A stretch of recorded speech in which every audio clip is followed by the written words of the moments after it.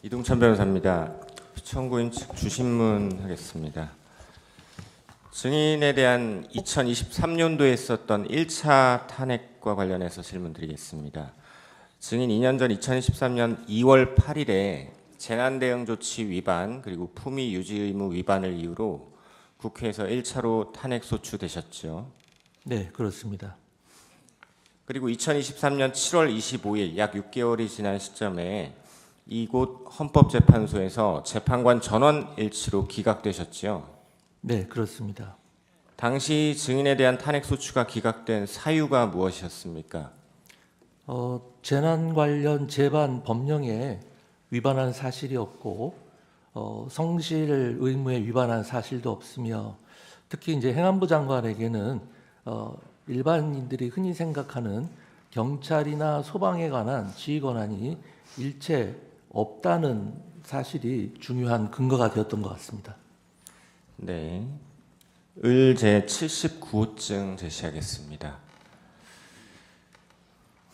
증인에 대한 탄핵 소추가 이태원 참사와 관련되었던 것은 맞죠? 그렇습니다. 을 제79호증 판결문을 보면 북한의 지령을 받은 민주노총 간부들에 의해서 이태원 참사를 정쟁에 활용하라라는 북한의 지령을 받아서 그 혐의 포함 간첩죄로 중형이 선고되었었는데 이 사실 알고 계시죠? 네, 알고 있습니다. 당시 이런 판결을 보시면서 어떤 생각이 드셨습니까? 그때 저도 이제 언론을 통해서 이와 같은 사실을 접했는데요. 이태원 참사를 세월호 참사와 같이 진상규명 투쟁을 하고 각계각층의 분노를 최대한으로 이끌어내서 조직적으로 활동하라는 지령을 북으로부터 내린 것이라고 그렇게 언론 보도에서 제가 들은 것으로 기억을 합니다. 그래서 제가 이걸 보면서 이태원 참사와 같은 국가적 비극을 이렇게 사회 분열, 그다음에 체제 전복 수단으로 이용하고자 하는 조직적인 세력이 아직도 있구나라는 거에 대해서 제가 깜짝 놀랐고요. 게다가 이것은 정말 영화에서나 나올 법한 일인데 지금 우리 현실적으로 우리 바로 옆에서 이루어지고 있구나 하는 이런 생각을 하게 됐습니다. 네, 증인은 이 1차 탄핵 소추로 인해서 167일 동안 직무가 정지되셨었죠. 그렇습니다. 이렇게 직무가 정지될 경우에 일반적으로 국정 운영에 어떤 문제점이 발생합니까? 일단 저희 행정안전부를 위주로 말씀을 드리면 행정안전부는 다른 부처하고 조금 특이성이 있는데요. 일반 행정이나 재난 관련에 있어서 총괄 조정 업무가 상당히 중요한 업무입니다. 근데 장관이 자리에 없게 되면 차관이 결국 그 역할을 하게 돼야 되는데 장관급 부처를 가지고 총괄 조정한다는 것이 대단히 어렵습니다. 그리고 또 이제 차관이 직무대행을 함에 있어서 차관 고유의 업무도 만만치 않은데 거기다가 장관의 막중한 업무를 맡아야 하기 때문에 사실상 공백이 생기지 않을 수가 없습니다. 그리고 새로운 의사결정이라든지 새로운 정책 추진은 아예 불가능한 것이고요. 그저 현상 유지에 급급한 그런 상황이 되게 됩니다. 그건 여러 가지 문제점이 있습니다. 네, 재난 관련해서도 문제점이 있다고 하셨는데 직무 정지 중에 경북 지역 산사태 그리고 오송 지하 차도 침수 발생했었죠. 그렇습니다. 당시에 재난 관리와 관련해서 어떤 문제점이 실제로 있었습니까? 잘 아시다시피 2023년 제가 직무 정지 기간 중에 굉장히 큰 집중호우가 있었습니다. 그래서 잘 아시는 바와 같이 오송 지하차도 참사가 있었고요. 경북 산사태에서 많은 분들이 희생하고 사망이 됐는데 무려 53명이 그때 희생을 당했습니다. 그런데 이제 재난에 있어서 가장 중요한 것은 뭐냐면은 지자체와의 협력이 가장 중요하고요. 지자체 외 소방, 경찰, 군과의 유기적인 협력이 필요한데요. 이 차관이 재난 담당 차관이 따로 있는 상황에서 행정 담당 차관이 이 업무를 도저히 해나갈 수가 없습니다. 그렇기 때문에 상당히 지장이 있었다고 생각이 되고요. 뭐 다소 자랑 같습니다만 제가 복귀한 작년의 경우에는 이 53명이 사망한 때보다 더 많은 집중호우가 내렸음에도 불구하고 사망자가 불과 6명에 그쳤습니다. 이러한 결과를 이룬 데 있어서는 수많은 분들이 적극 협력하고 운도 좋았다고 생각하지만 장관이 직접 나서서 일을 챙기는 것이 얼마나 중요한가를 하나의 큰 징표가 된다고 생각을 합니다. 네. 그리고 행안부 업무 중에 지방금융과 관련된 것도 있으시죠? 예, 저희가 새마을금고를 감독하고 있습니다. 그 2023년 7월에 새마을금고 뱅크런 사태 발생했었죠. 그렇습니다. 당시에는 어떤 문제가 구체적으로 있었습니까? 그 당시 새마을금고의 연체율이 급등하면서 거기 이제 가입자들이 예적금을 인출하는 소위 그 뱅크런 사태가 발생했습니다. 그 이유는 이제 연체율이 급등해서 예금자 보호 한도 범위 내로 지급받는 그런 상황을 피하기 위해서 사람들이 일거에 돈을 다 빼기 시작한 건데요. 그럴 경우에 그 예금 보호 한도가 5천만 원인가 그랬던 것 같은데 그런 한도를 풀어주고 그 다음에 기재부라든지 금감원, 금융위, 한국은행 등과 유기적인 협조를 해서 굵직굵직한 큰 정책을 결정을 하고 여러 가지 유기적인 협력이 필요한데 차관이 이런 장관급 기관들과 의사소통을 하는 데는 한계가 있었습니다. 그 당시에도 제가 직무에 있었으면 그때 잘 넘어가긴 했지만 조금 더 빨리 새마을금고 사태를 진정시킬 수 있지 않았을까 그런 생각을 하고 있습니다. 네. 그 행안부 업무 중에 지방 행정 재정과 관련해서는 우리 국민들이 모두 알고 있는 새만금 잼버리 파행 문제 발생했었죠. 네, 그렇습니다. 그때는 어떤 문제가 있었습니까? 이 새만금에서 이루어졌던 그 세계 청소년 잼버리 대회가 시작하기 전까지는 국민들이 잘 모르고 계셨었는데 상당히 큰 행사였습니다. 그런데 그 준비 기간 거의 전 기간 동안 제가 공동위원장 중에 한 명이었음에도 불구하고 직무집행 정지 중에 있었습니다. 만일 그때 제가 직무집행 정지가 아니었으면은 현장에도 가보고 여러 가지 필요한 사항은 무엇인지 부족한 점은 무엇인지 일일이 다 챙겼을 텐데 차관이 아까 말씀드린 바와 같이 자기 업무하기도 벅찬데 제 업무까지 하다 보니까 이 잼버리 업무를 거의 잘 챙기지 못한 것 같습니다. 그러다 보니까 제가 이곳 헌재에서 탄핵 심판 기각 결정을 받은 것이 잼버리 개막일 불과 5일 전이었습니다. 그래서 제가 기각 판결 받자마자 이 잼버리 현장을 가 보니까 정말 준비 상황이라든지 이런 것들이 참담한 상황이었습니다.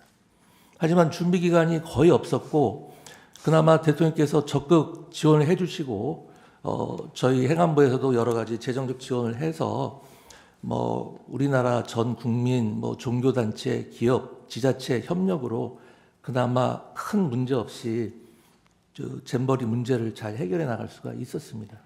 네. 다음으로 증인에 대한 2차 탄핵과 비상계엄에 대해서 질문드리겠습니다. 증인께서는 비상계엄 이후에 두 번째 탄핵 소추되셨죠? 그렇습니다. 그 사유는 무엇이었습니까? 내란에 동조했다는 건데요. 하도 황당해가지고 소추 사유는 읽어보지도 않았습니다. 증인은 사전에 대통령이나 국방장관으로부터 비상계엄에 관한 준비나 필요한 조치를 지시받은 적 있습니까? 전혀 없습니다. 정부조직법 그리고 행안부 규정에 의하면 행안부 장관, 경찰과 소방에 대한 지휘권 있으십니까? 소방과 경찰에 대해서는 중요 정책 수립에 대해서만 지휘할 수 있는 권한이 있고 소방과 경찰에 대해서 지시를 한다거나 지휘를 할 수 있는 권한은 일체 없습니다. 네. 증인 비상계엄 선포 전에 대통령께 비상계엄 만류 의사 전달하셨죠. 네. 그리고 경찰의 출동에 관여하기는커녕 사전에 알지도 못했고 심지어 조금 전에 말씀하신 것처럼 경찰과 소방에 대한 지휘권도 없는데 왜 국회에서 증인을 탄핵 소추했다고 보십니까? 국회에서 무차별 탄핵 남발을 하는 것은 뭐 어제 오늘의 일이 아니고요. 결국은 국정을 방해하고 국정에 발목 잡기를 한다는 것은 대다수 국민들이 다 인식하고 있는 것이라고 생각을 합니다. 네. 증인은 이 정부 들어 29건의 총 탄핵 소추 중에 2번을 직접 겪으셨습니다. 네. 그 경험에 비추어서 이러한 탄핵들이 국정에 어느 정도 지장을 주는 수준을 넘어서 국정 마비를 초래한다라고 보십니까? 제가 좀 전에 말씀드린 바와 같이 행정안전부만 해도 사실상 현상 유지만 할 수 있을 뿐이지 아무것도 할 수 있는 게 없었습니다. 인사도 저희 행정안전부 자체 내 인사도 적체가 됐었고 새로운 정책 추진하는 것은 엄두도 낼 수 없는 상황이었습니다. 그런데 지금과 같이 동시다발적으로 총리, 감사원장, 방통위원장은 간신히 해소가 됐습니다만 중앙지검장 그밖에 특정인의 수사를 담당하던 수많은 검사들이 동시다발적으로 탄핵을 당하는 상황에서는 국정이 마비되지 않고 있다는 것이 오히려 좀 신기하다고 생각합니다. 네. 증인 2차 탄핵 소추 당하시고 사임하셨죠? 그렇습니다. 장관의 자리가 이렇게 중요한데 사임하신 이유는 무엇입니까? 이 탄핵을 보통 당하게 되면 뭐 한 6개월, 반년 가까이 직무를 전혀 수행할 수 없게 되는데 제가 1차 탄핵 그 소추 기간 동안에 그 행정안전부가 얼마나 많은 기능의 장애가 있었고 고통을 당했는지 그리고 국정에 얼마나 많은 피해를 주고 결국 그 피해가 고스란히 국민들에게 돌아간다는 것을 너무나 잘 알고 있었습니다. 또다시 탄핵을 당하게 되면 탄핵 기간 중에서는 제가 사임할 수도 없고 새로운 장관을 임명할 수도 없습니다. 또다시 6개월이라는 반년이라는 긴 세월을 국정에 공백이 초래될 수밖에 없는 상황을 제가 다시 초래할 수는 없었습니다. 제 입장에서는 이 부당한 탄핵에 대해서 당당하게 맞서고 싶은 생각이 훨씬 더 컸습니다만 그로 인한 그 국정 부담 그리고 국민의 피해를 생각할 때 당연히 제가 개인적인 입장은 내려놔야 된다고 생각을 하고서 사퇴를 대통령님께 말씀을 드린 겁니다. 네. 다음으로 비상계엄 선포 전 국무회의에 관해 여쭤보겠습니다. 대통령께서 비상계엄 선포 이전에도 평소에도 이런 얘기 하신 적 있는지 한번 들어봐 주십시오. 야당이 국무위원들을 지속적으로 탄핵해서 국정의 마비가 초래된다. 위헌적인 입법안들을 계속해서 통과시켜 제2요구를 할 수밖에 없다. 이재명 대표에 대한 수사가 진행 중인데 관련 사건 특검법을 통과시키니 거부할 수밖에 없다. 2025년도 정부 예산 중에는 민생 예산, 범죄 수사에 필요한 예산, 미래산업 R&D 예산, 국방, 안보 관련 예산 등 중요 정부 정책 관련 예산들을 모조리 삭감해서 일을 할 수가 없다. 이런 문제점 토로하는 거 들어보셨습니까? 예, 통상 이제 국무회의를 일주일에 한 번씩 하는데 대통령께서는 격주 간격으로 주재를 하십니다. 그러면 국무회의 때 모두 말씀과 마무리 말씀이 있는데 모두 말씀은 그대로 방송에 담기기 때문에 모두 말씀 때는 그런 말씀을 안 하셨는데 보통 마무리 말씀은 이제 비공개 상황이기 때문에 그런 말씀을 자주 하셨고 각종 행사에 제가 수행하는 경우가 많았는데 그 행사 전후로 한 환담장이라든지 오만찬 자리에서 그런 말씀을 많이 하시면서 고충을 토로하신 적이 꽤 있습니다. 네. 현재 국무회의 구성은 여가부 장관 공석 제외하고 20명이죠. 그렇습니다. 이 국무회의는 심의기관입니까? 의결기관입니까? 지금 뭐 실무적으로도 그렇고 학설상으로도 심의 자문기관으로 제가 알고 있습니다. 의결기관은 아닌 것으로 알고 있습니다. 그럼 그 국무회의를 네. 예. 의결기관이라고 한다면 그 의결 자체에 특별한 의미가 있고 어떤 행정적인 어떤 결정의 의미가 있어야 되는데 뭐 방통이나 국회나 뭐 국민권익이나 이런 것들이 이른바 의결기관인 것이고 이 국무회의 자체는 국민이 선출한 대통령이 정당성을 가지시는 분이고 국무위원은 대통령께서 그러한 정당성에 기인해서 임명한 사람들이기 때문에 국무회의에서의 어떤 심의 사항에 대해서는 결국은 최종적으로 대통령께서 결정하고 판단할 사항이기 때문에 그 국무회의의 실질적 성격은 심의 자문 기관으로 보는 것이 맞다고 생각합니다. 네. 증인은 계엄 선포 당일 20시 40분경에 대통령 집무실에 도착하셨죠? 뭐 그 즈음일 겁니다. 증인이 도착했을 때 집무실에 국방장관 그리고 법무부 장관 먼저 도착해 계셨죠? 그렇습니다. 증인이 이렇게 집무실에 도착하고 약 2분 정도 지난 시점에 대통령께서 국무총리도 들어오라고 하지라고 해서 집무실 옆 대회의실에 있던 국무총리, 통일부 장관이 들어왔고 잠시 뒤에 외교부 장관, 국정원장도 함께 집무실로 들어왔죠. 예, 제가 기억하는 바는 그렇습니다. 당시에 집무실에 들어온 국무위원들은 대통령이 비상계엄을 선포하려고 한다라는 사실을 모두 알게 되었었죠. 네, 그렇습니다. 네. 그래서 외교부 장관이 대통령에게 외교관계에 영향을 끼치는 것이 너무 크다라며 만류 의사를 전달하셨죠. 그렇습니다. 이에 대해서 대통령은 안다, 길지 않을 것이다, 다 생각했다, 순간적으로 하는 것이 아니다, 깊이 생각했다, 무엇보다 탄핵 때문에 도저히 안 되겠다, 감사원장, 중앙지검장 탄핵을 하는 마당에 도저히 안 될 것 같다, 이런 이야기 하셨죠. 그렇습니다. 뭐 표현상의 차이인데요. 길지 않을 것이라고 한 게 아니라 오래 가지 않을 것이다. 이렇게 말씀하셨던 것 같습니다. 네. 그 이후에 국방부 장관을 제외한 그 자리에 있던 국무위원들이 바로 옆 대회의실로 나가서 비상계엄을 주제로 의견을 나누셨죠. 예. 그리고 누군가 증인에게 행안부 장관이 가서 말씀 좀 드려보라라고 해서 증인이 다시 집무실로 들어갔고 대통령에게 만류 의사 전달하셨죠. 그렇습니다. 그리고 국무총리도 두세 번 집무실로 들어가서 대통령과 이야기를 나누고 나오셨죠. 예, 그렇습니다.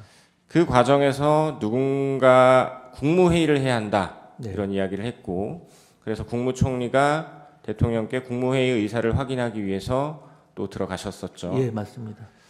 그리고 예정되었던 22시가 다가올 즈음 대통령이 국무위원들 다 오셨냐라고 물어보기도 했죠. 예, 그렇습니다. 다 도착하지 못했다는 말을 듣고 대통령이 다시 또 기다렸고 과반인 11명의 국무위원이 도착했다는 이야기를 듣고 대회의실로 나와서 앉으셨죠. 네, 맞습니다. 11명이 모였을 때 그 모인 국무위원들은 자신들이 모인 이유가 비상계엄 선포 때문이라는 것을 다들 알고 있었습니까? 네, 당연하죠. 네. 김용현 국방부 장관은 당시 비상계엄 선포문을 복사해서 나누어 주었다고 진술했는데 증인은 이 선포문을 본 기억이 있으십니까? 그 당시 워낙 경황이 없어가지고요. 제가 정확한 기억은 없습니다만 다른 분들이 그렇게 진술을 하시는 것 같습니다. 그렇다면 그분들 진술이 맞을 겁니다. 네. 대통령께서는 11명의 국무위원들이 다 모여서 이제 국무회의가 구성된 이후에 어떤 말씀을 하셨습니까? 그 당시 상황이 이제 대통령께서 아까 말씀하신 것처럼 10시 이제 발표 시간이 다가오니까 이 대접견실 쪽으로 잠깐 건너오셔서 국무위원들 다 모였느냐 그렇게 말씀을 하셨는데 그때 아마 의사 정족수가 안 된 것으로 알고 있습니다. 그래서 다시 대통령 집무실로 들어가셨고 아마 11명이라는 의사 정족수가 채워진 다음에 대통령께서 정장을 갖추고 다시 들어오셔가지고 그 대접견실 중앙에 앉으시고 저희 국무위원들은 다시 자리를 정돈해서 그 주위로 이렇게 쭉 나란히 앉고 그 당시 몇 분 계셨던 수석 비서관들은 다 자리에서 빠졌습니다. 그러고 나서 저희들이 이제 계속 논의를 이어서 대통령님을 좀 만류하는 그런 취지의 이야기를 했고요. 대통령께서는 뭐라고 말씀하셨냐면은 여러분들이 이야기하는 그러한 뭐 경제, 외교의 영향, 정무적인 부담 이런 거 다 안다. 나도 신중하고 깊게 생각을 했다. 내가 왜 그 점을 고민을 안 했겠냐. 하지만 국무위원 개개인이 느끼는 상황 인식, 위기감, 그리고 책임감과 국정을 총괄하는 대통령으로서 가지고 있는 상황 인식과 위기감, 그리고 책임감은 차원이 다른 것이다.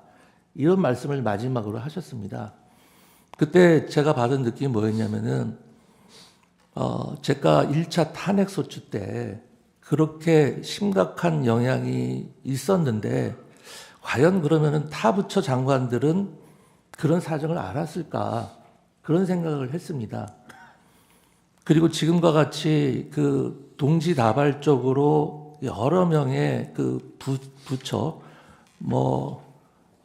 방통위는 아예 기능을 정지해 버린 상태였고, 수많은 사람이 탄핵을 당하고, 예산은, 각 부처 예산은 조금 깎인 것도 있고, 많이 깎인 것도 있겠지만, 국정 전반적으로 봤을 때는 엄청난 예산이 유사일에 처음으로 깎인 상황이고, 정부에서 추진하는 법령은 다 국회 통과를 못하고, 정말 엉뚱한 법령들을 통과돼서 대통령으로 하여금 거부권을 행사하지 않으면 안 되게 만드는 그런 상황이 되면 정말 대통령님의 고심이 크셨을 수밖에 없겠구나라는 생각을 그때 그 말씀을 듣고 다시 한번 하게 됐고요.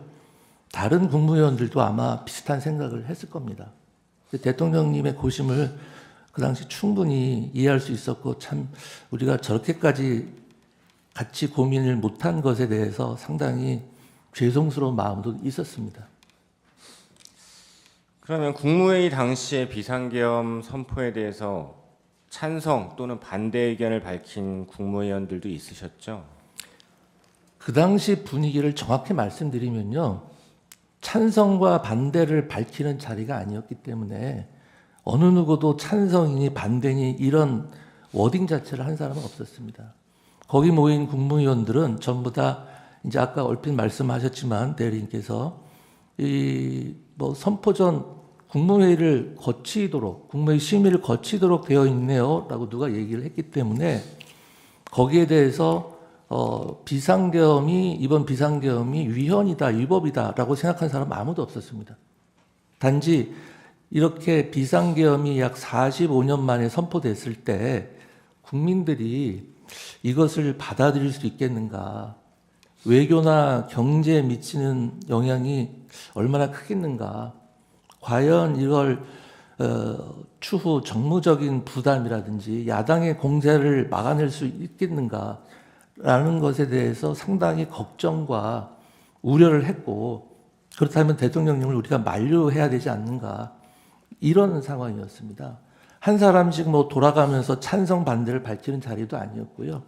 몇몇 분이 그런 이야기를 하면 대부분 공감하면서 말씀을 추가로 하시는 분들도 있었고, 거기에 공감은 하지만 아무 말씀도 안 하는 분도 있었고, 하지만 거기에 대해서 반대하거나 찬성하거나 이런 분은 없었고요. 전반적으로 모든 국무위원들이 걱정과 우려 속에 대통령을 만류해야 되는 거 아니냐, 이런 상황이었습니다.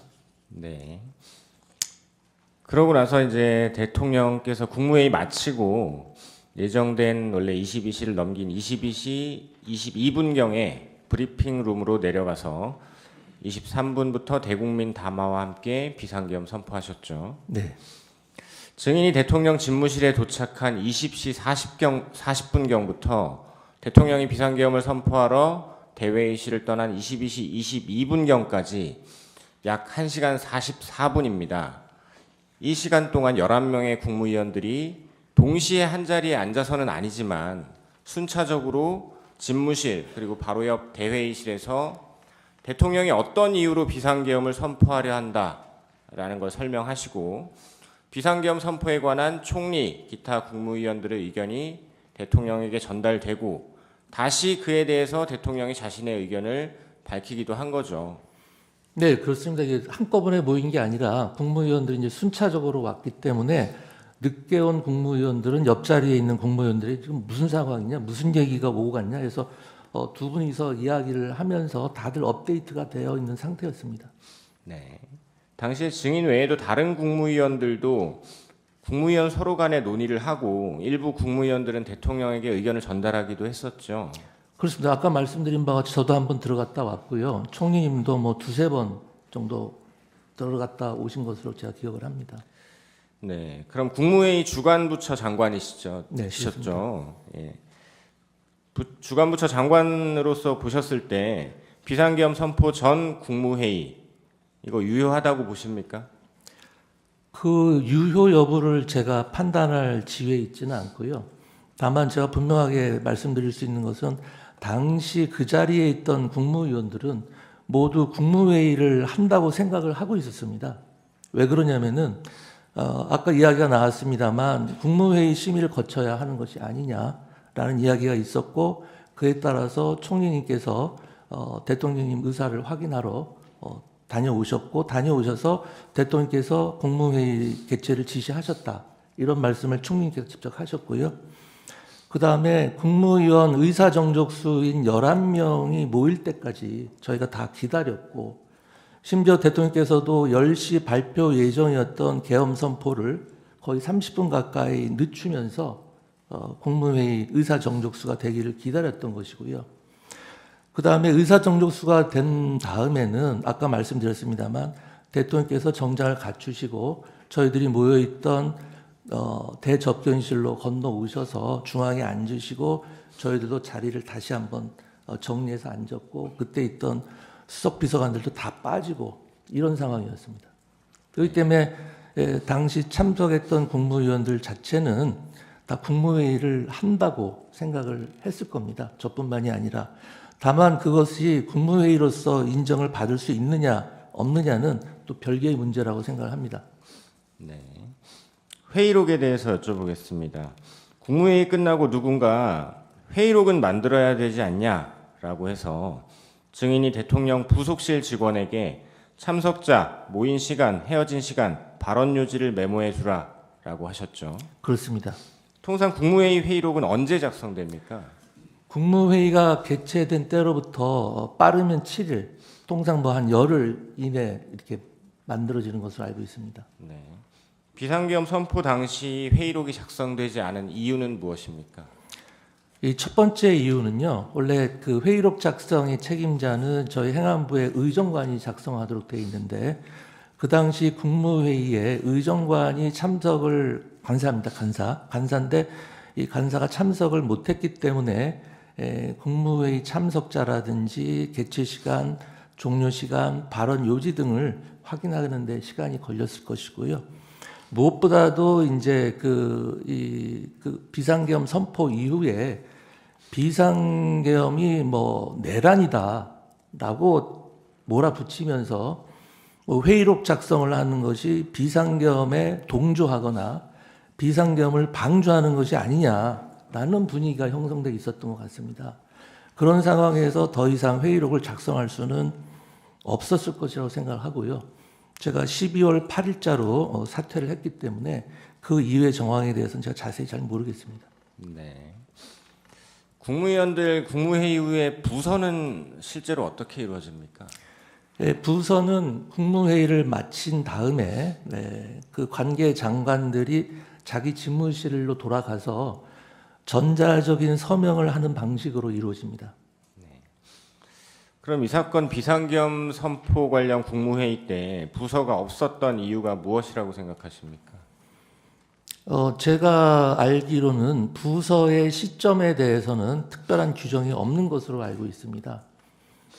이번 비상계엄과 같은 아주 특수하고 급박한 상황에서는 그렇기 때문에 부서가 사후적으로도 이루어질 수 있다고 개인적으로 생각을 하는데 아까도 말씀드렸다시피 비상계엄이 선포됐던 시간이 워낙 짧고 그 이후에 내란이다 뭐다 각종 혼란스러운 상황이 이어졌기 때문에 소관 부처에서도 부서를 한다는 것을 놓친 것이 아닌가 이런 생각을 합니다.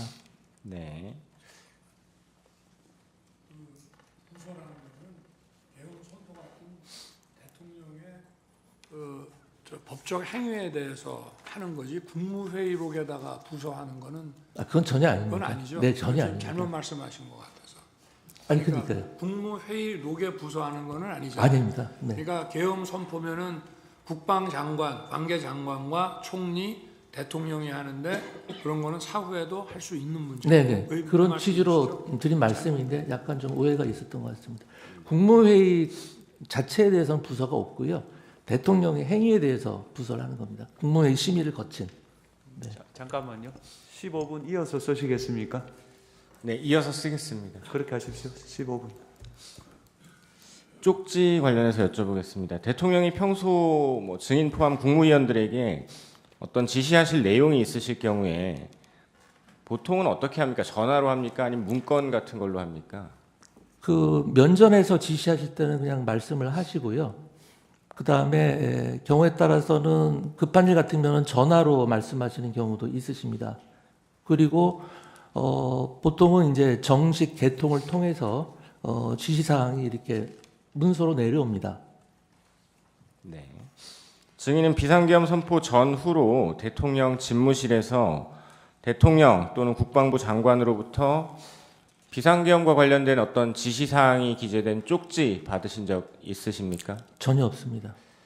그러면 대통령이나 국방부 장관이 쪽지를 주진 않았지만 보여주면서 어떤 지시 내용을 알려준 적은 있습니까?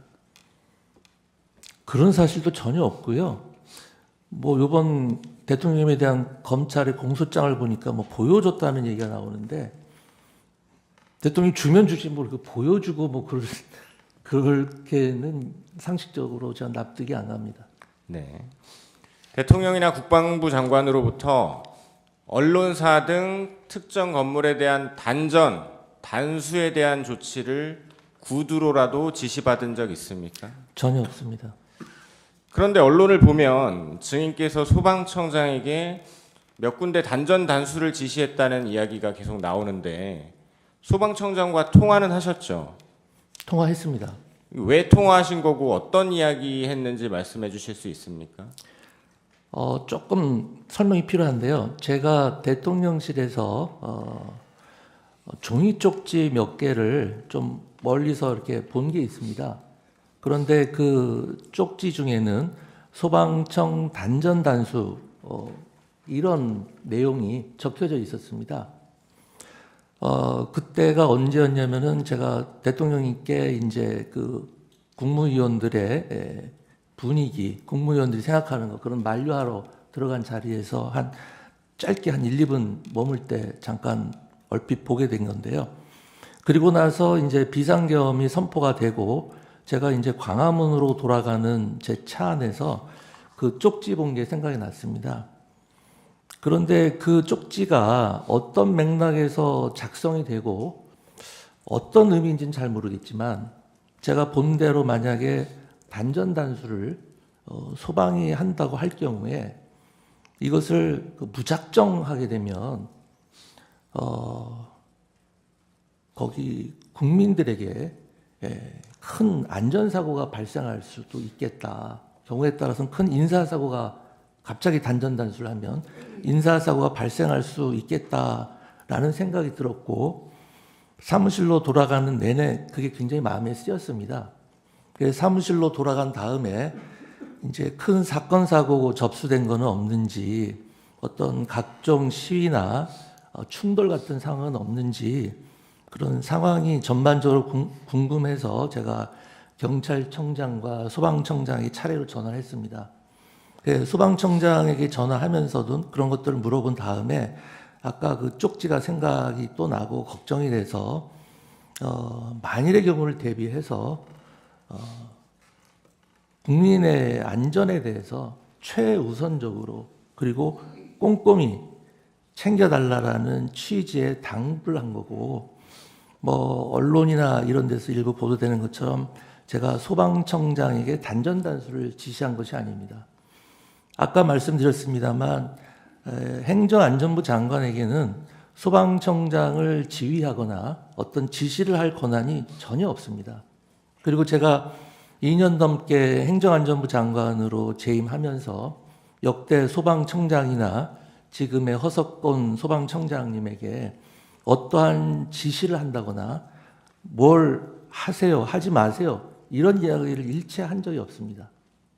만일 대통령께서 저한테 어떤 지시를 했다면 비상계엄이라는 그런 급박한 상황에서 제가 최대한 신속하게 소방청장에게 그러한 내용을 전달을 하지 대통령의 지시사항을 무려 2시간 넘게 뭉개고 있다가 소방청장에게 전화하는 기회에 갑자기 전달하지는 않았을 겁니다. 그리고 무엇보다 제게 소방청장을 지휘하거나 여태까지 그런 적이 한 번도 없었기 때문에 그런 얘기를 한다고 하더라도 제가 지시하는 형태가 아니라 대통령님의 지시사항을 내가 전달하는 것이다. 이렇게 얘기를 했을 겁니다. 그럼 증인이 보셨다는 그 종이 문건 대통령 아닌 다른 누군가가 증인에게 전달한 적은 없습니까? 전혀 없습니다. 그러면 그 종이에 적혀 있다는 지금 언론에 언급되는 몇몇 장소에 계엄군이 가지도 않은 거 알고 계시죠? 네, 알고 있습니다. 그럼 상식적으로 그 장소들에 대한 단전단수 얘기도 필요 없는 거죠? 그렇죠. 당연하죠. 단전단수 관련해서 대통령 지시나 국방부 장관 협조 요청도 따로 받은 적 없으시죠? 없습니다. 대통령이 단전단수가 만약에 필요했다라고 생각하면 증인에게 직접 지시를 하셨을 텐데 직접 지시하지 않으신 이유가 뭐라고 생각하십니까? 가장 근본적인 이유는 이번 비상계엄에서 그러한 조치는 아예 배제됐기 때문에 지시를 할 이유가 없었다고 생각을 하고요. 이태원 참사 이후에 헌재 결정문에도 나와 있지만은 행안부 장관에게 경찰이나 소방에 대한 지시 권한이 없다는 것은 다 알려진 상황이었고 대통령께서 누구보다도 그 점을 잘 알고 계시기 때문에 저한테 그런 유형의 지시를 내릴 일이 없었을 겁니다. 네. 그럼 증인은 대통령이나 국방부 장관이 증인 말고 최상목 경제부총리에게 쪽지 주는 거 보셨습니까? 저는 못 봤습니다. 네. 다음 행안부 간부회의 관련해서 몇 가지 묻겠습니다. 증인 23시 10분경 용산에서 출발하고 23시 30분경 집무실 도착 그리고 00시 00분경 행안부 간부회의 주최하셨죠? 네. 간부회의에서 경찰국장이 경찰이 의원, 보좌관, 언론인들을 신분이 확인되면 국회에 출입시키고 있다라고 이야기했었죠. 네, 그렇습니다. 간부회의에서 경찰이나 소방 담당자에게 증인께서 단전단수 방법을 알아보라거나 단전단수를 하라거나 이런 지시한 적 있으십니까? 그런 적 일체 없습니다. 네, 계엄 해제 이후의 대통령과의 통화에 대해서 여쭙겠습니다. 증인 2024년 12월 4일 13시 06분경 대통령에게 전화하신 적 있으시죠? 네, 있습니다. 당시에 증인 대통령에게 어떤 이야기 하셨나요? 제가 그때 대통령께 드린 말씀은 대통령님 계엄 해제는 신속히 해제를 정말 잘하신 것 같습니다. 라고 말씀을 드렸더니 대통령께서 하시는 말씀이 그래 말이야. 그렇지 않아도 좀 전에 서울청장인지 경찰청장인지 하고도 통화를 했는데 신속하게 의원들을 출입을 시켜서 계엄이 빨리 해제되고 그 덕에 유혈 사태, 최악의 경우에 유혈 사태도 일어나지 않고 잘 해결된 것 같다. 그래서 그 서울청장인지 경찰청장인지를 잘했다고 칭찬해 줬다. 이런 취지의 말씀을 하셨습니다. 네. 그리고 같은 날 13시 45분경에 이번에는 대통령이 증인에게 전화하셨죠. 네네. 그때 대통령이 이 비상계엄 선포와 관련된 어떤 소회를 이야기하시면서 했던 이야기 기억나십니까? 그때는 뭐 정확히 기억 안 나는데 아까 좀 전에 전화했을 때 하고 비슷한 취지의 말씀을 하셨습니다. 뭐 정말 절박했다. 예, 탄핵 예, 때문에 예. 도저히 어떻게 해볼 도리가 없다 이런 이야기 하셨었죠. 네. 그러면서 뭐 그렇게 말씀하시면서 참 지금 뭐 내란 이야기가 나오고 있는데 참 황당하다. 뭐 이런 말씀도 하셨다는 것 같습니다. 네, 남은 시간 제주 때 쓰겠습니다. 예.